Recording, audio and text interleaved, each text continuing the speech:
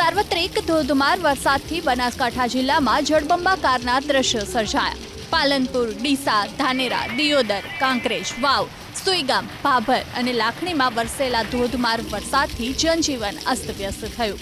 3 inch વરસાદથી પાલનપુરમાં નીચાણવાળા વિસ્તારો જળમગ્ન થયા।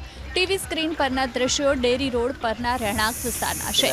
રહેણાંક વિસ્તારમાં ગોઠણ સુધીના પાણી ભરાયા। સોસાયટીના રોડ રસ્તા અને ઘરોમાં વરસાદી પાણીનું સામ્રાજ્ય જોવા મળ્યું। બાળકોને સ્કૂલોમાં રજા પાડવાની ફરજ પડી તો ધંધા રોજગાર માટે જતા લોકોને પણ હાલાકી ભોગવવાનો વારો આવ્યો।